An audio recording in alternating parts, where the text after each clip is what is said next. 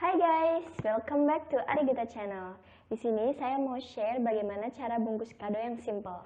Oke, let's check this out. Di sini bahan-bahan yang harus disiapkan adalah 1. Kertas kado, lalu gunting, isolasi, dan barang yang akan dibungkus.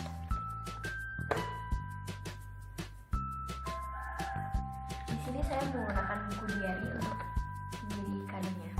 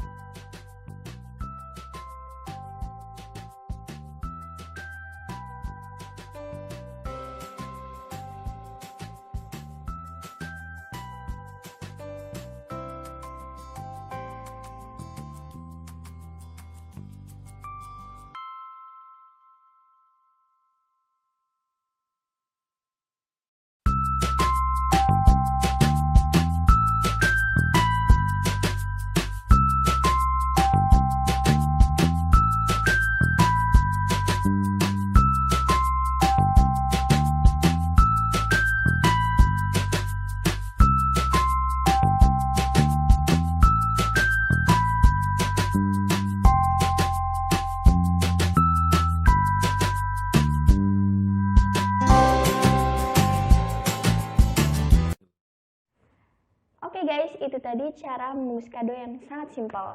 Semoga bermanfaat ya. Jangan lupa like, comment, and subscribe. Terima kasih.